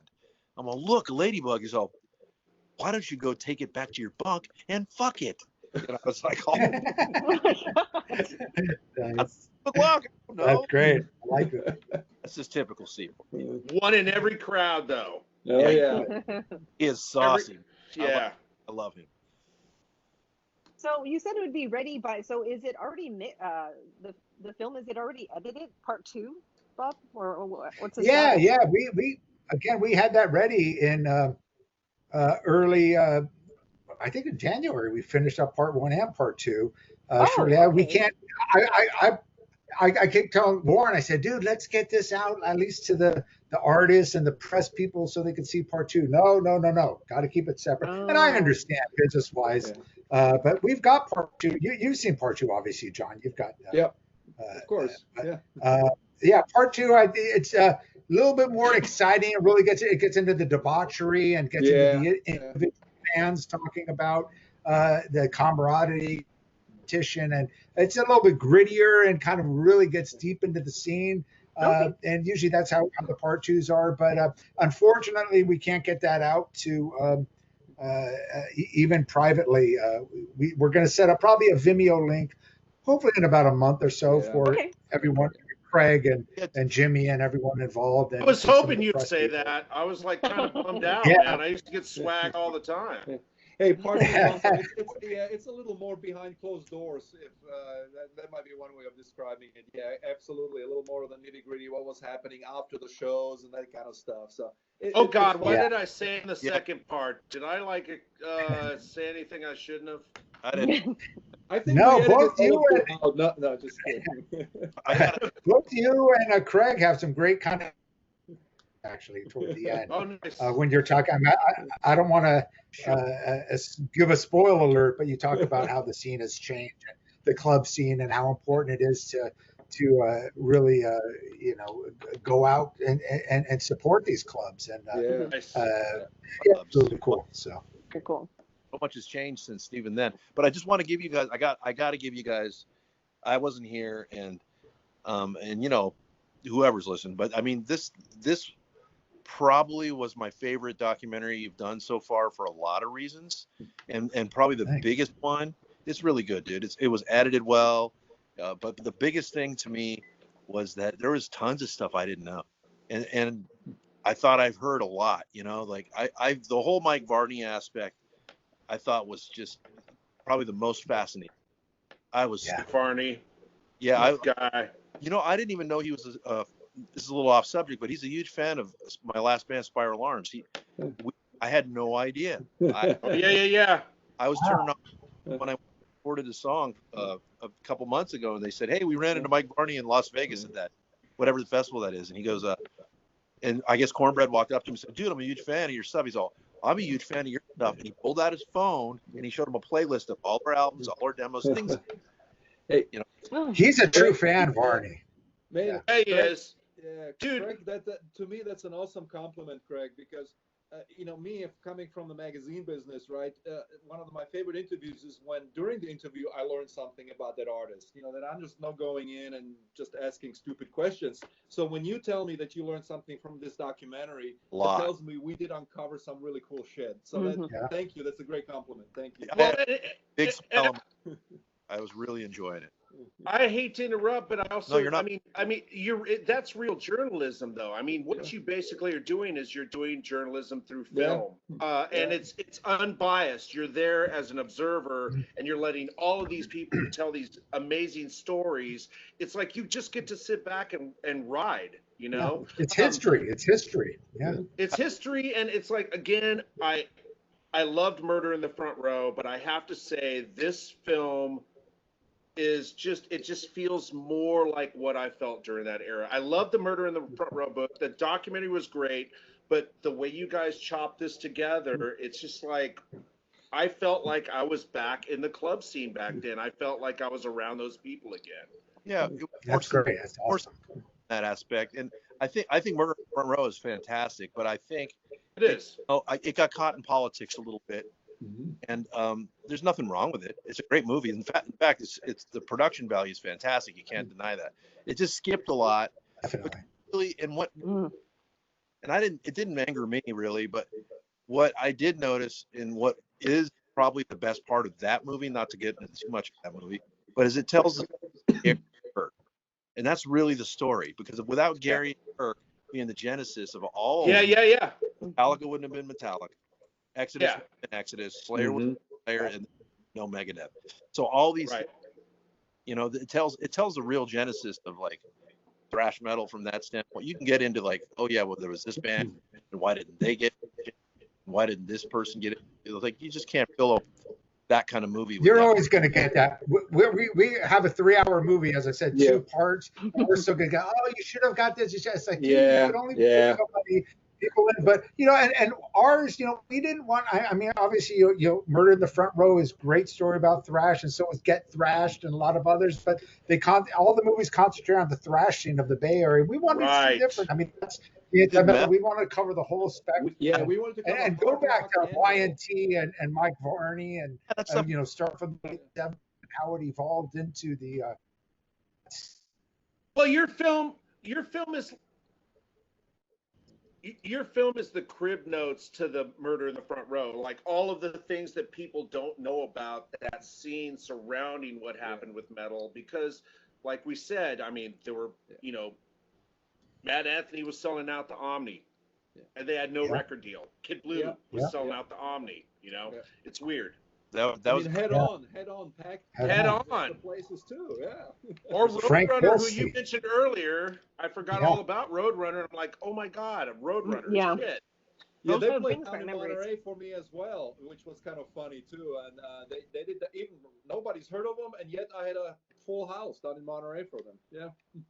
I think they may have played the high school too, because I think I remember that. Like, we were talking about those bands playing the high school, like YNT, Castro Valley High School, and when Sean Killian was on, he was talking about Trauma and Cliff Burton playing at Castro Valley High lunchtime concert. So I said, I can't even imagine that happening now. Bands going into the school. I mean, it's just. Evil did it in Fremont. I got a little. I'm just not. Yeah, you did. But when Forbidden Evil did it in Fremont, there had never been any thrash. No one even heard of thrash, because it was March of '85, and no one in Fremont, except for like the select few punk rockers and people we invited in my band, like, they lost their flipping mind. People went crazy. The teachers flew out in the middle of the pit and started to grab people, and it was just like, was Stravinsky one man. Regarding your show in Fremont, I had this little tiny apartment with my wife at the time by the high school you guys played. And this was before I started working at the Omni, and I rolled out to get in my VW Bug to go to work at the Warehouse Records, and was like, what the fuck is going on right now? Because we could hear you from our parking lot. Were you across on Eggers, or were you across on Country? Which Country? Oh, you're on the country. Oh, wow. That I had no idea, Jimmy. Dude, and I was just like, oh, what is this? It was ironic that, like, you know, a few years later we would be working together at the Omni and the Stone and the One Step Beyond, and yeah, weird. That is so cool. That's some hit I never knew. This is another example of that. This was really a tight community in a small world, right? I mean, yeah, we all knew each other before we knew each other. You know? Right.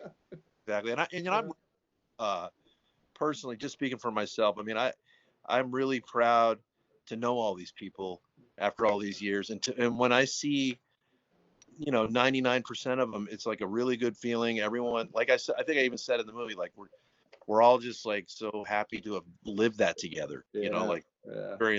something it's like a, you know, a notch on your belt of a pelt on the wall. You know, I lived that. I was there for that show. I saw that happen.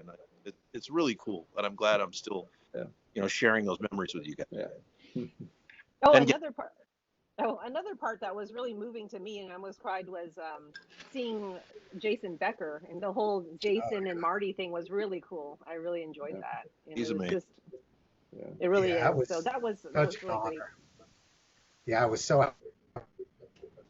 Jason was one of the very last interviews we got, and you know, Mike and Barney had said, "Dude, why don't you should reach out to Jason?" I'm like, you know, how am I going to interview him? He goes, you know, you can work it out with, and he had mentioned then his publicist, Michael Brandt told me, yeah, I'm working with Jason, and he hooked it up. And, you know, I had known Jason with the Cacophony. I was working with Cacophony with Marty Friedman. So I knew Jason when he was 17. And I mean, it's just such an unbelievable story. And to get him on this documentary, especially to get him with, you know, Marty on this documentary, and Peter Marino, who was the singer for Cacophony, all, you know, Peter Marino. No, Peter was with it, Le Mans. I love that. Le Mans. Yeah. Who kept saying that? I think Steve Souza is like, Pete Marino, yeah, Le Mans. Yeah, but he's quite a character, that guy. He was great, yeah, too. It was all cool. so good. Yeah, he was so animated. And he also had, what's his face, the guitar player who went on to be in an Enough later on. What's his guitar player at the time? Yeah. Frigo. Forget the cat's name. Frigo. Frigo. Yeah, Derek Frigo. Yeah, he passed away, I think. He was one of the. He was on one of the U.S. medals too. I think Derek. Yeah, he was. Yeah. I just was mumbling that to myself, like I had that. I had that one. Yeah. But you know, there you go. But Le Mans, they're another band that was definitely not part of the thrash scene, but they were huge. You know, they had a major label deal, and San Francisco too. Yeah. What about Chumby? Oh my God.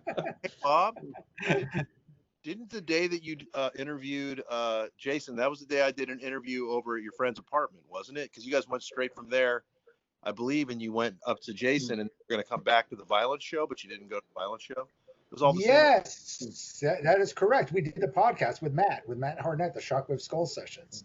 Yeah. I believe you are correct. And then Alex came up and we filmed it. And Jason and his mother, Pat, were there. You know, that's so amazing with Jason. You could see in the interview, he's smiling the whole time. It's like nothing really affected. You know, you're kind of like, oh, man, this is going to, how am I going to react? But it was just like hanging out with Jason when, you know, he was 17 years old. You know, it was like no guy talking about Uwe, and you can see the smile, and he's making these jokes about stuff. And it's like, God, it's incredible. You know, You know what? Yeah. That's a miracle. I mean, it really is. It's a testament to him being able to communicate this whole time, and the eye movement stuff is really up his. It keeps the whole being able to do the music and everything. I mean, I have another friend who's going through ALS, and we all know Tim Calvert who went through it. It's just such a dark, you know, it closes in on you. He's managed to like have light shine from every direction. It's a real testament to him.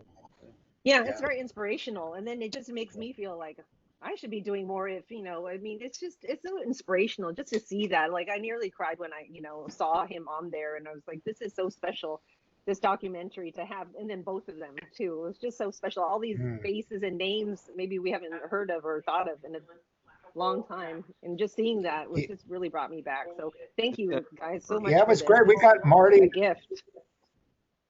Yeah, we got Marty when he was in LA because everyone knows he lives in Vegas, lives in Japan, so he's rarely comes out here. This is before he was touring here quite a bit, and he was in LA for a while, and we were able to get him, and which was great because he talked about the early show coming up to the Bay Area with his band Hawaii, before Cacophony. So and so he was in the Bay Area for quite some time, before. To LA and joining Megadeth. Was he originally in the band called Hawaii? Yes. Mm-hmm. Yes. U.S. Yes. Yeah, U.S. Metal. Vixen originally. Vixen had a female singer, and then they changed the name to Hawaii, and they had Kim. And Gary St. Pierre, who played with oh my God, Vicious Rumors' first record. Yeah. Gary St. Pierre was the singer for Hawaii. Gary St. Pierre also tried out for Damage at one point. Yeah. No shit. Oh, wow. Yeah. Wow. Well, the funny thing is, I saw Gary St. Pierre. This must have been like '82, I think, in the Handlebar Saloon in Santa Ana, opening for August Red Moon. I saw Joey Tafoya, another guitar shredder on Shrapnel, but from Orange County. He had the singer, and then he goes, years later, he said, "Yeah, that was Gary St. Pierre." It's like, holy shit, because I remember he had a band called St. Pierre. I think that was the band, St. Pierre. Yes. That was Gary St. Pierre. It's like, that's the same. Wow, this guy's been around. I mean, yeah. But let me go deep as a fan for a second. I love Carl Albert, Vicious Rumors by all accounts, but Marital Bliss with Gary St. Pierre on that first Vicious Rumors record, Marital Bliss, that was the heaviest song I'd heard when I moved to the Bay Area first. Off of Vicious Rumors album. And that had Vinnie Moore on guitar too, didn't it? Yes. Yeah. Album. Yeah. Who's now in UFO. Yeah. That band had gone through so much. They were on Shrapnel. They had a couple of I know they do really well in Europe still, but they've never really got the good break here in the States, man. They've been around very early on. And it's great that so many people, Bob Gamber and other people, talk about Vicious Rumors, because they were one of the first bands I remember. I never forget when I first saw them at the old Waldorf. Jeff Thorpe was brought on stage in a coffin, right? And the coffin, and he rose out of the coffin. It was definitely pretty cool. But wasn't he originally in Law's Rocket at some point, and didn't he do the coffin thing then as well? I'd heard that rumor. Is that true? I have not heard that. Craig Beerhorst, no, I think was it? Or could he just? Craig. He just ripped it. He just ripped the idea off from Craig. Oh, so King Diamond stole it from Jeff. Is that what happened? And maybe Jeff was the originator. Jeff Thorpe.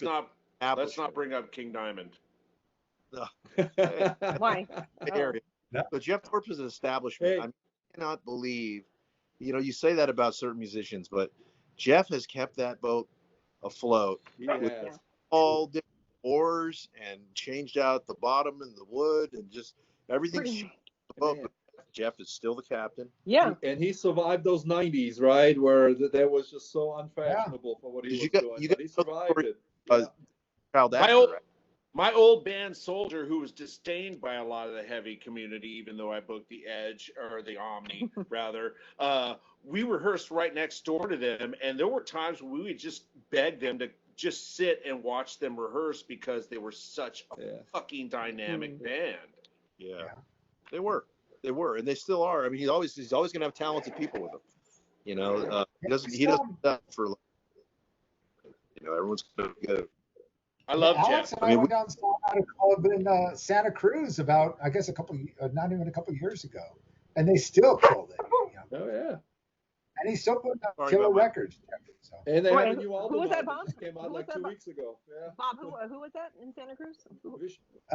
Vicious Rumors. Yeah.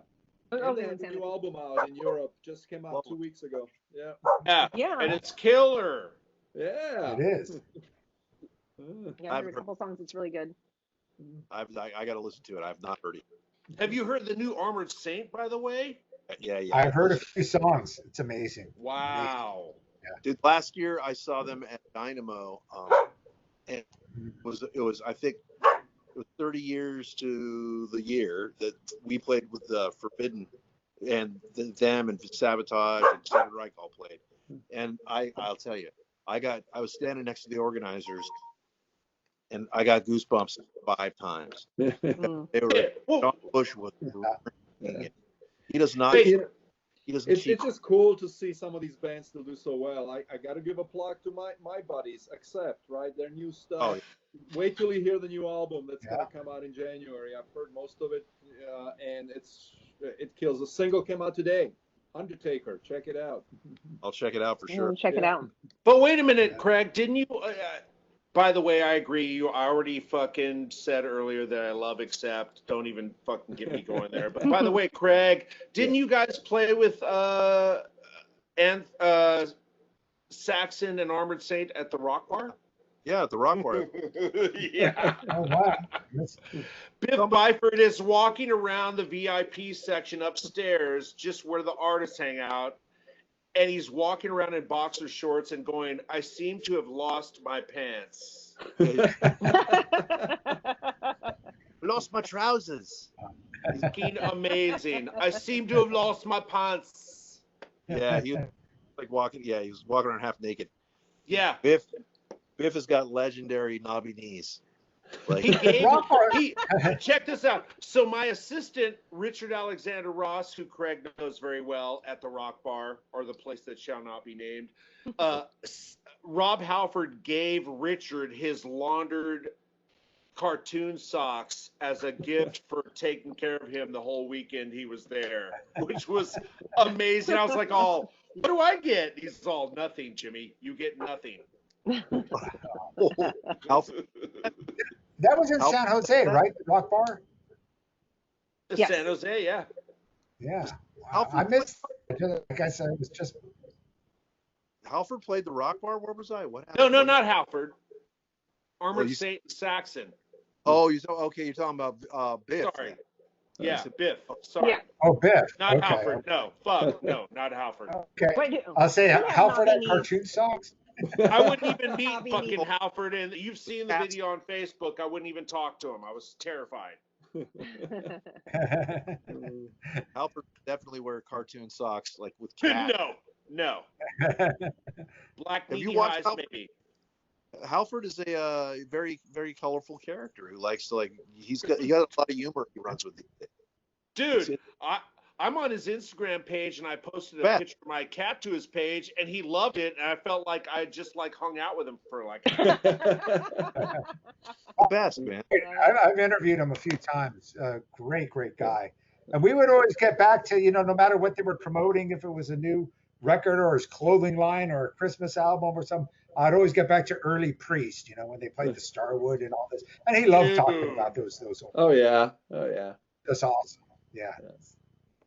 Sorry. Hey Bob, quick question about like you Sure. said, you guys asked a lot of artists and most of them were interested. Was there anyone that you really wanted but that it just didn't work out for? Ooh, I always get that question. For this one, not so much. I think there were a couple in the LA ones. There were people we reached out to, as John said. I didn't have so many connections. I mean, I knew the core people of the Bay Area, but I left it up to John and Danny, and I think he mentioned he tried reach out to people like Tony Isabella and different people like that. But fortunately, we got Jimmy, as a promoter, at least to cover that spectrum. But I think once we had all the people kind of covered, it was kind of like I mean, there were bands like obviously.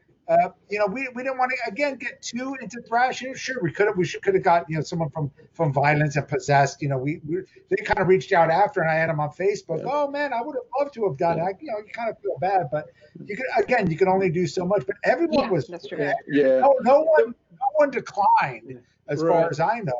There were some logistic issues. Some of the people that I reached out to, I found out that they were living all over the U.S. Some of the guys from Las Rocket or Steel. Actually, Dave Hart from Steel lives down the road from me down in Austin, but I didn't know that at the time, and it logistically just never happened. So And you that talk about that was probably the one obstacle that we ran into, but it wasn't that they weren't really interested. It was just, sometimes logistics didn't click. Yeah. No, I mean Gary Holt. Gary Holt was very, I was talking to him, and he was in Sacramento. In fact, at the time I was living in Sacramento, and Eric Peterson we got in Sacramento when I was out there, and but Gary was, between, this is when Slayer was still active, between the touring with Slayer and Exodus, right. We just couldn't connect. So, thankfully, we got Tom and Steve on together, and they were great. They were great. So wait, I have a question. Does this mean that there's going to be a Bay Area Godfathers Part 2 eventually? Well, we were just talking about that, as you know. But it's already done, so we're not going to add. If Gary wants to say, "Hey, I want to be in Part 2," we're going to have to say, "Sorry, dude, it's already done today." Oh wow. Maybe Part 3. 3.0. Yeah, 3.0. But yeah, also I think I was chatting with you guys last night as I was watching it. Eric Peterson was really funny, some of the stories he had. So no, I mean, all the artists that you had, it was just really good. Craig, I was saying to the guys, I really enjoyed it because it seemed like those guys knew Bob and John, so they trusted him with their stories, right? So they were just really honest, and it just felt like you were learning something new. It's like, I didn't hear that, or Mike Coffey talking about metal. It's like, you don't really want to be associated with it. It's like that whole poser thing, you know what I mean? So it was very very real, and just like part of the scene where things were said. I'm like, oh my God, I remembered when it was like that. It wasn't like, represent. It was like you didn't want to kind of be associated with certain things, So and just the whole Mark McGee saying, like, for people that aren't that don't know, like, this is how it was, kind of thing. It was just really great. It was really refreshing, and those guys, they're just being very candid. So I really appreciate it. It wasn't canned, just very candid, and kind of no filter kind of thing. They just said what was on their mind. So it really nailed that. There's a dichotomy of all these other people that maybe people didn't associate. Like Mike Coffey he's an important part of all. Yes, he is.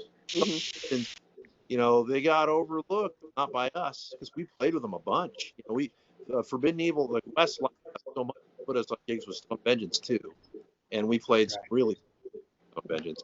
And I always had the greatest respect for the rebellious, the spirits of those guys. And by the same token, you mentioned Mark McGee, because of the way he was, and they weren't really thrash bands, kind of like they had their own outside version of what they did too. So, Forbidden is so. I saw that one guy made that comment about how he thought we suffered from people not knowing exactly where we fit in this scene. Right. There's a little bit of that, it didn't really occur to us at the time. We were on the fast track at our own one, right? But all that stuff is like relevant, great, and I really that you left all that. Yeah, well, we all. I was telling March earlier, it's important that everyone that I got involved with all the Inside Metal titles, from Joe Floyd to Carl Alvarez to the old editors at the LA ones, Curtis Don Vito, to John Stradansky, Danny Shipman, Hugh. We all lived the scene, so we're all like a part of the. Even though I didn't grow up during that era of the Bay Area, I think everyone's kind of similar in that scene. I think it's so great talking to these musicians now, because everyone's humbled now. I mean, back in the day, it was, I'll kill this, fuck me, everyone's drunk. And, it's like watching Decline of Western Civilization, but then you interview those guys now, and they're just kind of like, oh, yeah, kind of embarrassed, kind of humble. But now it's kind of cool because they reflect on how those days, and, Craig and everyone just told just really great stories about, it's not about the ego or about the, it's just about, man, those were great times. And you could really reflect to the younger generation that will never, ever experience something like this ever. I think it's important to kind of document this as history. And I love, not just this documentary, not even just music or heavy metal documentaries, but, documentary films that just kind of touch on that and kind of reflect how, I mean, it could be a movie like what was the Down Boys, not the Down Boy, the Dogtown, the surfing movie. When Yeah, so it's like, yeah, God, yeah. I grew up in Huntington Beach. I remember that scene. That documentary was fantastic because Oh, it was, I remember that whole era, man, and the late '70s, and it was like. Even though I wasn't a surfer, all my friends, everyone I knew in Huntington, they all worshiped Tony Owls and Stacy Peralta and all those guys. And they just kind of reflect on how that was. It's like, God, it brings back, they had all that old footage from the '70s. And I love that. And that's what I kind of try to create. And even some of the punk rock ones, like American Hardcore and some of that. There was a great one on the Cuckoo's Nest, which I grew up, in Orange County. That was a big punk rock place, and it's called Clockwork Orange County, I believe. And they had all the old footage from back in the late '70s. It's like just to reflect on that and hear the bands now, Henry Rollins and all those people talk about how it was back then. It's like, wow, it's just like, man, this is awesome. I could watch these. Yeah. It's great when I hear from people like you and other people, and we've done a lot of interviews, and other people are saying the same thing about, the Bay Area Godfathers and even the other Inside Metal titles, and that's what makes me happy. It's like, wow, I accomplished, we all accomplished that, bringing back that era, to the people in your own living room.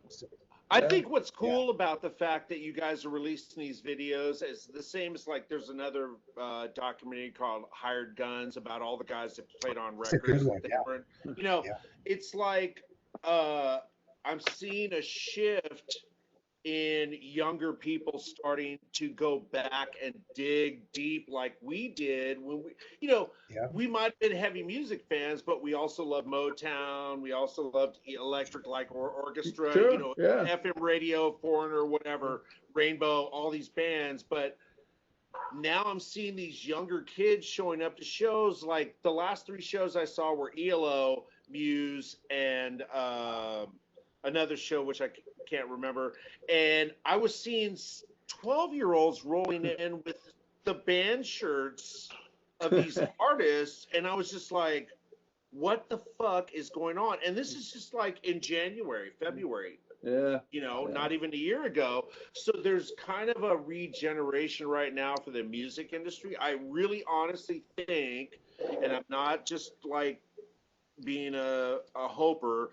but I really think after COVID ends and people can go back to clubs, entertainment business is going to go through the roof because you're seeing big sales digitally. You're seeing hard sales with local bands. It's like people want to just forget about the bullshit that's going on right now. And that's where we came from. I mean, the thrash and the heavy Bay Area music, that all came from the rest of us going, I don't want to hear the news right now. I just want to fucking go and have a good time. Exactly. Yeah, it's a good it's a good point. And the bands that are doing it right, they're killing it. Like look at Heathen's record launch, doing the bundles. I mean, they're selling out. I mean, it just came out. Things are sold out. They're doing such a great job, with that. Or even a band like the Butlers, who are a cover band, but you forget they're a cover band. They do this YouTube promotion. It's like, holy shit, like that thing went viral. It's like, it's very cool. The only thing I worry about, and it's not about any of the enthusiasm or the want, it's the availability, knowing where everything's going to land. How many clubs are going to be open? Yeah. What's the capacity going to be on these things? And not to be, I'm not trying to be, but that's the only thing. You're right, Jimmy. Everybody wants it. Yeah. Everybody. And I'm just more concerned with regulation. How that's all going to be broken into, like how many clubs are going to be allowed to be opened up now? How many places, how many people are going to be allowed to be in these venues now? How close are they now? It's almost virtually impossible to open a live venue right now with social distancing because people are people and they will always gravitate towards their groups, and they're not, unless you've got cages around them, which is completely out of the line. But at the same time, the plus I think is that if you can't get into that space with those people, at least now virtually you can. Like, you can have the watch parties, and you can still feel it's not the same, but at the same time, you can still experience bands. Like, your fucking Craig's band, Dress the Dead. Dress the Dead did the fucking Sofa Street Fair, and you guys, we had 22,000 unique visitors watching Sofa Street Fair, and Dress the Dead was one of the headliners on one of our stages virtually, but 22,000 people. I haven't looked lately, but that was in, what, May or June that we did that? Yeah. What year? Yeah, that was an incredible. Yeah. Our numbers were pretty good on that, and we spun off another live video out of that we haven't released. I did a remix of one of the songs going to come out when we release everything. So, yeah, man. I mean, that's how you do it. We knew that. We knew that early on. Well, you got to think around the box, and that's very smart because I mean, this time you got to keep the momentum going, and you can't just sit around. And I think and bands are doing like the drive-in thing and all different stuff, and at least that's keeping people entertained because people they're tired of being cooped up. They want to they'll go out. There's tribute bands that play at the drive-in here in San Mateo, and I hear they're sold out for tribute bands. Yeah. People go because people want to get up. Tribute bands. And in Europe, they're starting to allow some people into some of these live shows. Not American. Yeah, there's some shows that are actually happening out in Europe now with people in the audience. Well, I mean, let's be realistic here. It's like the best captive audience available to you right now. People don't want to see the news. Yeah. It's now up to us, the purveyors of this scene, to like guide people to their like entertainment value. I mean, it sucks to say that, but this is probably the best thing that ever happened to live music because now live music is available all the time to people. Yeah. Actually, Armored Saint is doing their record release party next Saturday. They're playing a show at the Whiskey, and they're doing a live stream. Yeah. They're charging like $10, which is really cheap. Yeah. Did you hear about the Steel Panther show they did? Steel Panther, the greatest cover band of all time, in my opinion, did 2 shows that sold out, and it was like $20, and you got like a poster and a T-shirt, and it was like sold out. Yeah. How do you sell out virtually? Well, because they only had so many people they could get on the web server, so they could only sell so many virtual tickets. Yeah. Well, interesting. Corey Taylor's playing the Forum and doing a virtual thing at the Forum, doing his show. I think his is like $20 a ticket, but apparently they're doing like a whole light show, and they got the whole stage at the LA Forum, so with smoke bombs and all that stuff. So okay, it'll be interesting to see how many people will. Did anyone see that Behemoth show? Yeah, like it was like motion picture. They did partially live, but then they had all this cutaway motion picture stuff. Yeah, very. Oh, wow. Yeah, you very like Bob said, you got to think outside the box to attract people, and it's still going to be entertainment. That's never going to go away, and need for entertainment. So that's cool. Right.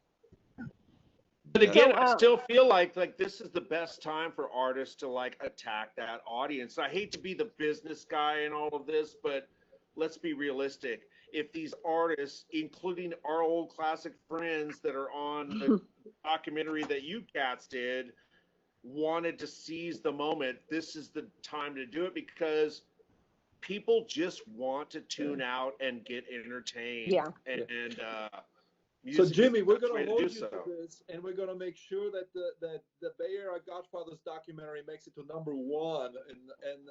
And dude, I'm going to promote this shit to death. Fucking give me that right now.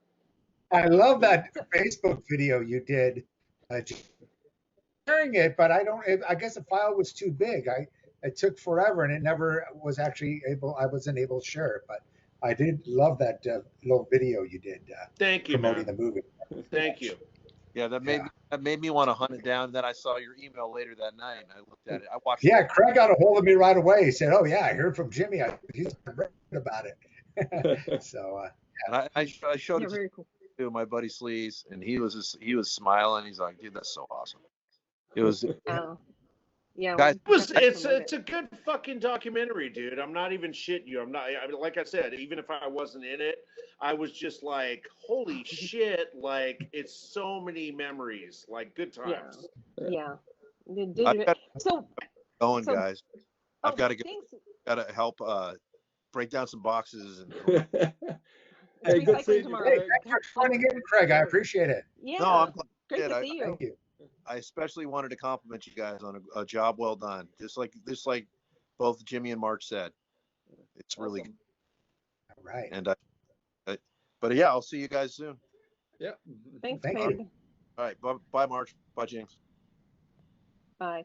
Hey, just one more question. I know we're almost to that time, but so I mean, this is ready to go. Part 2's done. So what's next for you guys? Ooh, New York is kind of the obvious thing, but you know, again, yeah, so that would be fun. And I'm, you know, again, with everything going on now with COVID, and you know, I got to wait till things settle a bit. You know, not just traveling out there, but just the interviewing of the people. You know, we don't want to interview people with masks on. You know, and this wouldn't really affect just wouldn't be there. So, you know, and you know, the expense too. You know, as I mentioned, this isn't you know, a big budget movie. So, you know, I've got people in New York that, oh, you can stay at my place and this and that. So we'll see. We'll see what happens. You know, I would like to, you know, possibly. I'd love to do something on the new wave of British heavy metal, but you know, that would be good. That's be cool. England, Ireland. Sure, all yeah, that. you're So, all over Europe. That would be huge. We'll see what that happens. would, yeah, that would be really great. that would be a go. So those would be the two next on the agenda. But okay, at this time and what we're going through, it's okay. I have a question, Bob. Why do we not start a crowdfunding source for you to be able to do the new wave of British heavy metal? I bet you, with all of the people involved in this film, we could make that happen. Why not?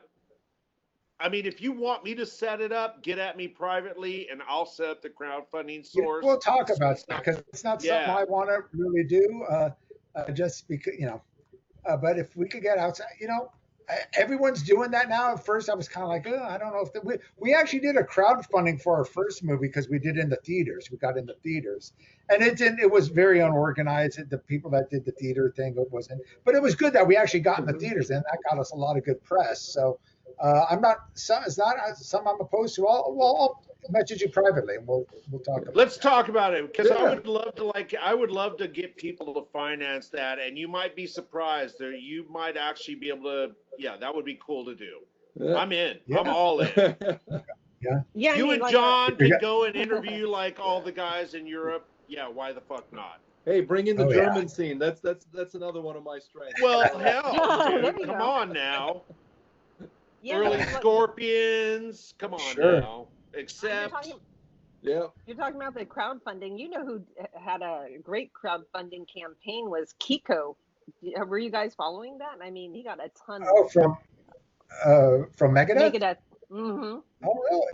Oh, I wasn't aware. I've been donating. I even donated. Was it from like his new solo album, or what was it for? Yeah. And then he's like putting the tracks out there, and just like it's kind of like open access. So it's like, hey, I posted that out there. So yeah, look it up. It's really interesting what he did. It was totally different. It's like if you get this, then you get this like bundles, like depending what price level. Right. Yeah. But yeah, look it up if you're interested of what Kiko did. It's pretty fascinating. And I was looking because it's you could look to see how much has been raised. So I checked. I'm like, holy crap, because he had a goal, but it like way exceeded the goal, and he delivered. And that's happening a lot with entertainment artists right now. I've been seeing a lot of crowdfunding things for people that are presenting artists. It's just like, holy shit, how much money is coming in. Yeah. Well, Quiet Riot did. Frankie Bonelli financed that Quiet Riot movie with crowdfunding, and that was real high budget movie. And he got on Showtime, you know. So check out also a movie called Flying V that just came out on Metal Rock, the same company. I just saw that. Oh, it's really, really good. It's Michael Denner from Merciful Fate and Peter Hansen, I believe the brother of Timmy Hansen from Merciful Fate. He directed it, and it's beautiful. It's got everyone. It's all about the Flying V. So if you're a guitar player or a musician, you'll love it. But he's got James Hetfield, Kerry King, Dave Mustaine. Wolf Hoffman's in it, right, John? You've seen that, right? Yeah, he's also on the cover. I got a copy from Chip. Yeah. Yeah, I haven't watched it yet, but I'm gonna watch it this weekend. Yeah. Yeah, Michael Schenker's in it. It's got, it's all about the Flying V, and it's all pretty much hard rock metal musicians. Great movie, really good documentary. It's cool because it's very professionally shot, but all in black and white. Oh, nice. Yeah, that's all right. So check that out. Flying Artsy. Yeah, it's on Amazon Prime. Check it out. Oh, it is. Okay, I'll look that one up after I watch all of yours. I'm watching that tonight. Ramp up. Yeah, there you go. That sounds good. Oh, and I got my whole night hooked up. Oh yeah, another vote for the German metal would be cool. People would love that too. Yeah, I think bands, so. Because I was going to say, living in Germany, I speak the language. I actually managed a couple German bands for a while. Holy Moses, probably the most. I don't know if we could do a full movie on Germany though. Hey, I got places to stay, Bob, just like in New York, Yeah, that would be fabulous. I think that would go over well. Well, if we were to do Germany, I think we'd do like all of your combined Germany, Holland. Yeah, exactly. Absolutely. I just love the fact that Germany made the latex fetish community come together. So that's all I can say. Sorry. I love Catwoman. So. Thank you so much. I'm gonna stop the recording now, but this was amazing, and like I said, thank you for. Whoops, what happened there? For hang on, let me stop this. For sharing the movie with